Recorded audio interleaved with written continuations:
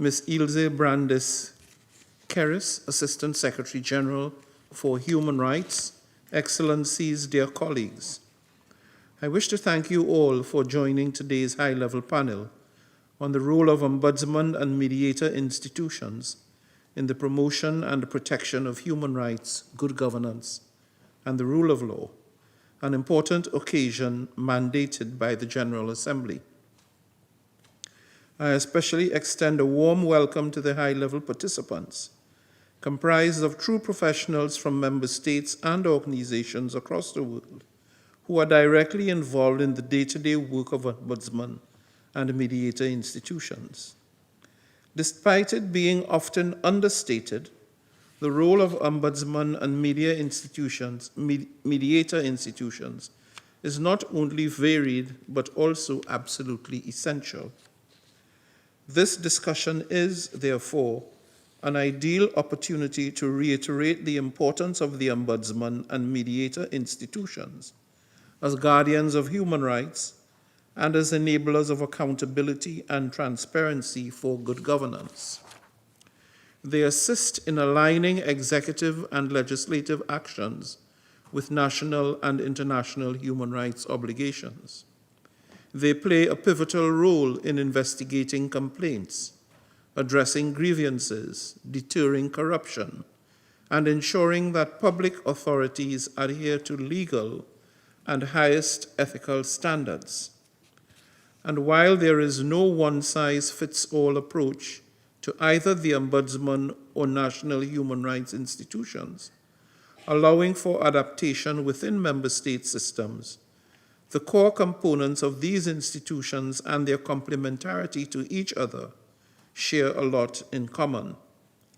At the global level, they form an integral aspect of our ongoing efforts to achieve the Sustainable Development Goals by fostering peaceful and inclusive societies, as envisioned in SDG 16. Excellencies, it is encouraging that the number of national human rights institutions has increased around the world. But these institutions are only as powerful or efficient as the measures taken to ensure their independence, autonomy, and protection. To be able to effectively execute their mandates within their spheres of competence, their work must be facilitated and discharged with unfettered independence and without undue influence. Importantly, those entrusted with such a distinctive mandate as presumed professionals of highest standing in their own right must be allowed to perform their duties without fear of reprisal, intimidation, or recrimination, be it online or offline. It is particularly imperative that member states accord the Ombudsman and Mediator Institutions needed operational deference, accompanied by the necessary protections to enable them to fulfill their mandate in an efficient manner. It is further encouraged that the foundational tenets of such institutions align with the Paris Principles on National Human Rights Institutions and the Venice Principles on Ombudsman Institutions. This is key in installing their unshakable pillars and strengthening their independence and autonomy, thus optimizing their support to member states' effort to create just and accountable societies. Dear colleagues, collaboration and partnership are also essential for enhancing the effectiveness of Ombudsman and Mediator Institutions. To this end, I particularly commend the contributions by regional and international associations of Ombudsman and Mediator Institutions in promoting cooperation and sharing best practice.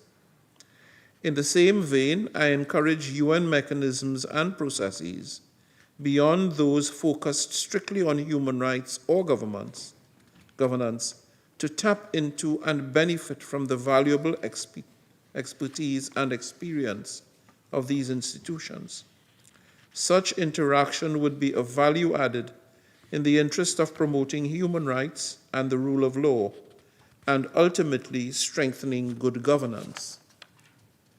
Excellencies, dear colleagues, as I close, let me recall the words of the late former Secretary General, Kofi Annan, who aptly reminded us that it is transparent and accountable institutions, not strong men or strong leaders, that safeguard democracy and create the conditions for peace and prosperity.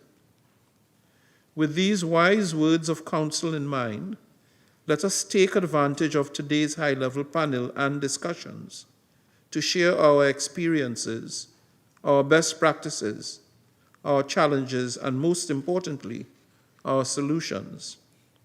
Beyond this panel discussion, I encourage member states not only to strengthen the role of Ombudsman and media institutions, but to continue raising awareness among the general public to maximize their potential.